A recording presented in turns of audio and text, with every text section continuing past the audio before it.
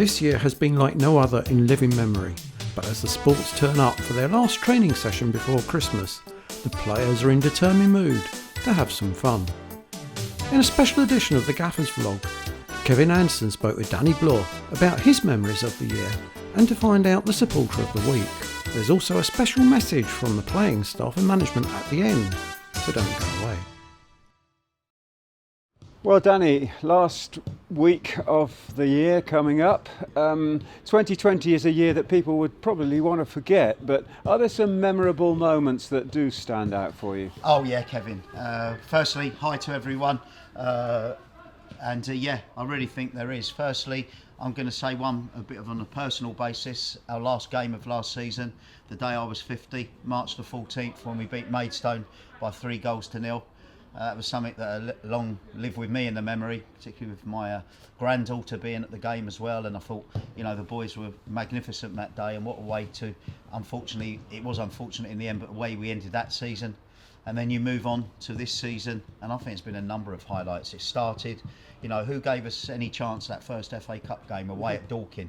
I certainly did, and I know people around the club did, but I felt we were great that day and progressed into the FA Cup. And then we can say the Blackpool game, that was great. I know we lost, but sometimes it isn't always about winning, although that is the aim of the game. It was a magnificent occasion for Eastbourne Borough Football Club.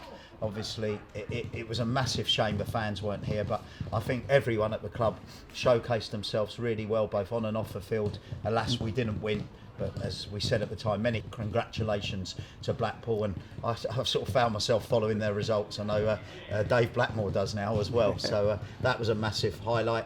I mean, I think you've got to say our last home game to beat Dartford and have the fans back. That was incredible, really. And you know, they were at the time. I don't know if they still are league leaders.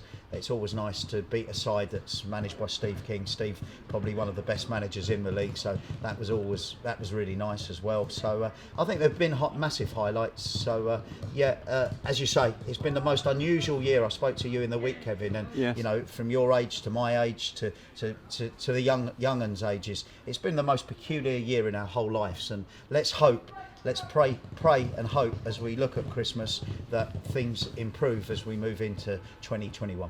And just picking up on that last Dartford match, we'd been playing for weeks and weeks, and I've had the privilege actually of watching just about every game, but the fans were out, we were in this echoing stadium, and all of a sudden they were back, and it was like there was a sort of a pent-up emotion that was released on that day, especially with the result and the end scenes.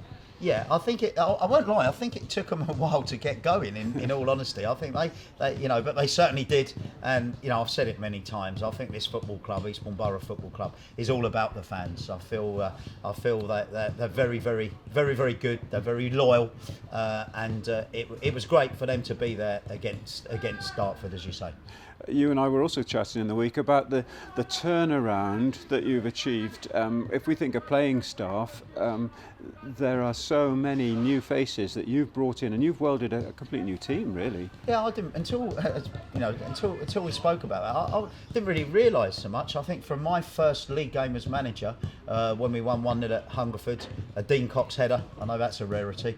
You know, Coxey, James Ferry, Charlie Walker and Greg Luer. Out of those 16 players, those 4 are the only ones still at our club. So you forget that, but just think, you know, I think we've been very lucky to have made the signings, acquired the players we have. You know, we've got lucky in certain situations. James Vaughan, I think he's been magnificent. If it hadn't been COVID, he would have been back in America. You know, the 2 boys from QPR, Kai and Charlie Kendall, you know, how fortunate we are, how great that relationship we have with Queen's Park Rangers Football Club. I think they've been great. You then look at the signings. I mean, Chris Weltdale, I mean, wow, what a signing he is. You know, I think we've been fortunate, his friendship with Sergio. We've gone hammer and tongs with Franco in goal. He's been magnificent.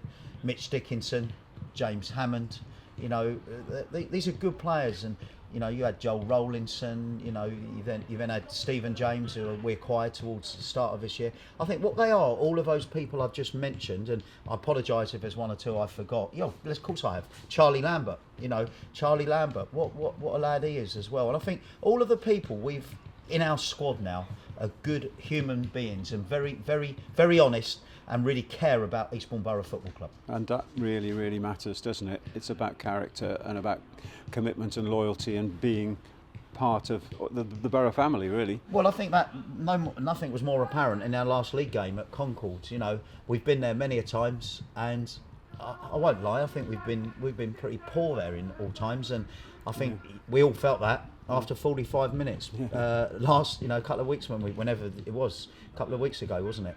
And I was walking off at half time, and I felt, I was so gutted because I felt I could see that happening.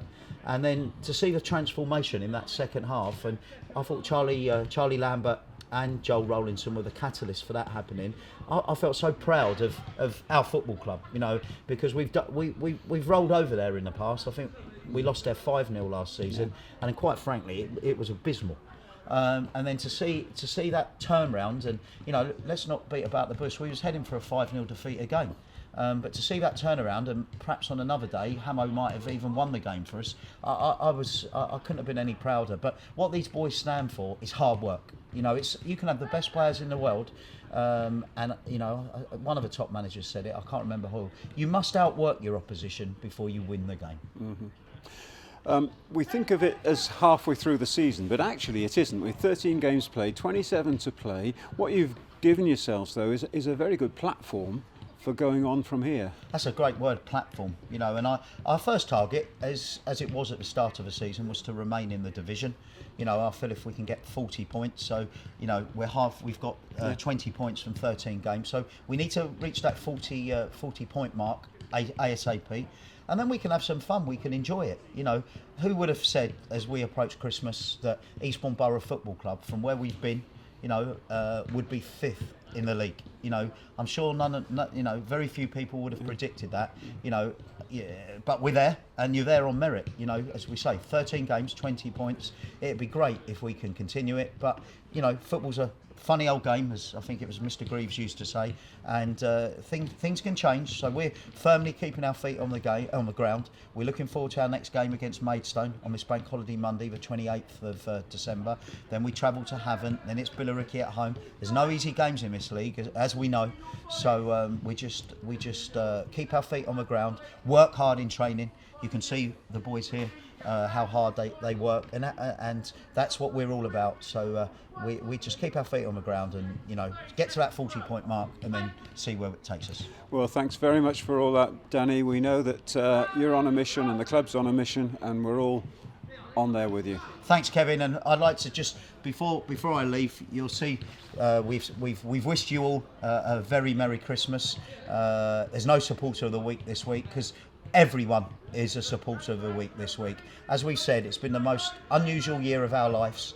I've managed to have messages from you, I've managed to call some of you, but from the bottom of my heart, I thank you for your support, and let's look into 2021 and hopefully we can continue to progress Eastbourne Borough Football Club both on and off the pitch. Up the Borough! Guys, on behalf of the management and players of Eastbourne Borough Football Club, we'd like to wish you all a very, very Merry Christmas and a Happy New Year. We wish you a Merry Christmas. We wish you a Merry Christmas. We wish you a Merry Christmas and a Happy New Year. We wish you a Merry Christmas. We wish you a Merry Christmas. Happy New Year. Up the Borough! Up the Borough! Merry Christmas, everyone. Merry Christmas, everyone. Stay safe. Merry Christmas, everyone. See you next year.